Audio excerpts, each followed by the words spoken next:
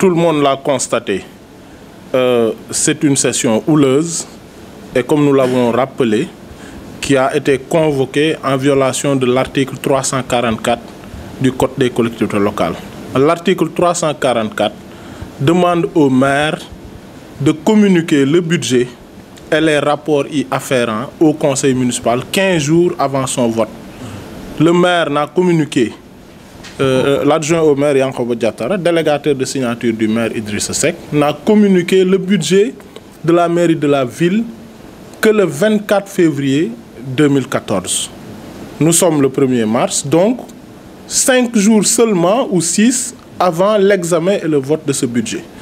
Nous avions écrit au préfet du département de Thiès pour lui demander au maire de surseoir à cette réunion et de reporter l'examen et le vote du budget. Le préfet apparemment n'a pas donné d'injonction au maire de la ville, ce que nous lui avons redit. Maintenant, il nous reste d'autres voies, d'autres issues. Nous allons encore une fois réécrire au préfet une lettre de rappel. Maintenant, si le préfet ne réagit pas, nous allons directement saisir le Conseil d'État pour que le vote du budget soit tout simplement annulé et que cet examen et ce vote du budget soient reprogrammés pour 15 jours et que les documents y afférents soient donnés aux conseillers municipaux que nous sommes 15 jours avant le vote du budget. En réalité, cette réunion d'aujourd'hui ne devait même pas se tenir, ne devait même pas avoir lieu.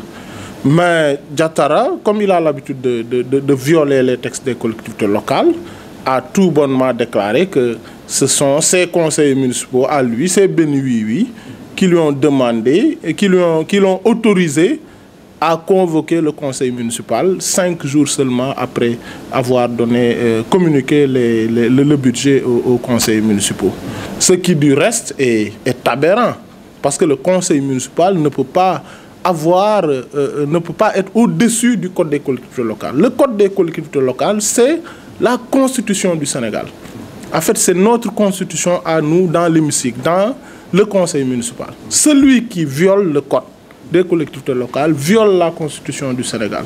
Et donner un projet de budget 4 jours seulement avant son examen et son vote relève tout simplement de l'aberration. Et même les conseillers n'auront pas le temps d'étudier comme il le faut ce budget qu'ils sont appelés à voter.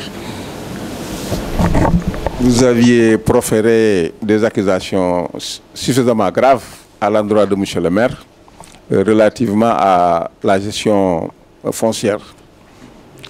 Pouvez-vous revenir là-dessus? En réalité, ce ne sont même plus des accusations. C'est-à-dire, c'est une réalité qui est là. Nous avons sorti des procès-verbaux falsifiés. Nous avons donné des numéros de terrain. Tout le monde reconnaît que le numéro 1C de la zone industrielle a été attribué à l'épouse de Yankoba Diatara. Lui-même l'a reconnu dans une émission. Il a été l'invité d'une radio de la place. Il a reconnu avoir donné le numéro 1C à sa femme. Il a reconnu s'être donné le terrain numéro 173 de la zone industrielle qui, comme par enchantement, est jumelé au terrain numéro 165 de la MAC qui est au nom de sa femme encore.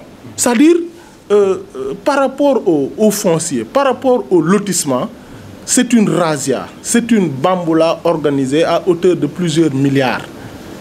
Et ceci ne peut pas rester impuni. Tout le monde a vu sa réaction quand ces procès-verbaux ont été sortis, quand des noms ont été cités, quand le nom de sa femme a été cité, quand le nom de ses frères et sœurs ont été cités. Et en tant qu'adjoint au maire, en tant que conseiller, nous lui avons même demandé de porter plainte contre nous si nos allégations ne sont pas avérées. Mais il ne le fera pas parce que lui devra aussi répondre de ses actes devant la justice. Devant la justice. Parce que ces terrains-là ne nous appartiennent pas. Ces terrains sont les terrains des Thiessois. Aujourd'hui, ils sont donnés à de grands commerçants, à de grands marabouts qui n'habitent même pas Thiès. à sa famille, à la famille de sa belle-mère. Et ça, c'est inacceptable. Et nous devons, en tant qu'élus, en tant que représentants des populations de cette ville-là, nous lever et dire que nous ne pouvons pas accepter que de telles choses se fassent. C'est-à-dire, au niveau du conseil municipal, c'est pourquoi je salue la démarche de l'adjoint au maire Ibrahima Ba et de l'adjoint au maire Ousseynou Gueye. Ils sont du parti Réumi. Le maire de la ville de Thiès est le responsable du parti Réumi, le leader du parti Réumi. Mais avant le parti, avant les conseils municipaux, avant les adjoints au maire, il y a d'abord les populations de la ville de Thiès. Et je me rappelle que dans sa déclaration de politique générale, Idriss Seck disait vouloir combattre Ndjoublang et faire la promotion de Gourgourlou. Mais beaucoup de conseillers municipaux de la ville pensent que s'ils attaquent Diatara, s'ils disent la vérité à Diatara, ils vont affaiblir le parti. Et ça, ce n'est pas la vérité. Nous sommes là ni au nom du PDS, ni au nom de Réumi, ni au nom de l'APR, ni au nom d'autres partis politiques. Nous sommes là pour défendre les intérêts des populations de Thiès. Et jusqu'à la fin de notre mandat, nous allons continuer à défendre ces populations-là. Ça, c'est notre sacerdoce. Ça, c'est notre mission. Ça, c'est le minimum que nous pouvons faire pour les populations thiessoises qui ont porté leur confiance en nos modestes personnes. Ne pas défendre les Thiessois, c'est les trahir. Et les traîtres ne méritent pas de siéger au conseil municipal de Thiès. Vous savez, c'est un dossier pendant devant la justice. Nous ne pouvons pas nous avancer par rapport à ce que le doyen des juges nous a dit. Mais tout ce que nous pouvons dire, c'est que nous continuons à défendre les principes de base. D'abord, les terrains ont été distribués sans délibération du conseil municipal de la ville et sans avis des conseillers municipaux des communes d'arrondissement. Ensuite, il y a d'abord l'adjoint au maire Diatara, ensuite des membres de l'administration sénégalaise qui se sont partagés ces terrains-là au détriment des Thiessois. Nous avons été dans l'obligation, après avoir saisi le ministère des collectivités locales, après avoir saisi le président de la République, après avoir épuisé toutes les alternatives, nous avons été obligés de porter plainte devant le juge pour que le bien des Thiessois revienne aux Thiessois et pour que ces terrains leur reviennent. Parce qu'aujourd'hui, à Thiès, nous avons un problème d'habitat. Le nouvel aéroport est là. Et aujourd'hui, même au niveau de la zone industrielle, beaucoup d'entreprises thiessoises pouvaient être casées au niveau de la zone industrielle. J'ai donné l'exemple des ambulants de Thiès. Ils viennent d'être déguerpis. Le terrain que Diatara a mis au nom de sa femme fait 2640 m². Tous les ambulants de Thiès pouvaient être recasés sur ce terrain-là. L'autre exemple que j'ai donné, c'est que des commerçants du marché central viennent de subir un incendie qui a ravagé presque une bonne partie du marché. Le maire a mis pour les secours aux indigents 100 millions, pour les secours aux sinistrés 1 million. Mais c'est aberrant. Il fallait mettre 100 millions pour les secours aux sinistrés pour pouvoir dédommager les commerçants du marché central qui ont tout perdu, qui ont perdu une valeur de plus de 300 ou 400 millions. Mais la mairie n'a rien fait. En réalité, celui qui dirige le conseil, Yankhoba Diatara, n'a aucune compétence. Sur 2,5 milliards de budget de l'année 2011 et des années 2010, nous n'avons recouvré que 1,3 milliard. Ce qui veut dire que le manager, celui qui est devant, Diatara, ne travaille pas, ne fait pas ce qu'il doit faire. Et puis, les populations thiessoises ont perdu confiance en leurs élus. Ont perdu confiance à Diatara. Parce que l'éclairage public fait défaut, les quartiers de Thiès sont très obscurs, le ramassage des ordures fait défaut, Thiès est devenue une ville très insalubre et les populations ne peuvent pas continuer à verser des impôts, à donner leur denier à la mairie, alors que en retour, la mairie ne fait pas le minimum pour les satisfaire. C'est ça ce qui explique le faible taux de recouvrement du budget de ces années-là que nous venons de dépasser. Maintenant, ce qui s'est passé à l'intérieur de la salle est aberrant.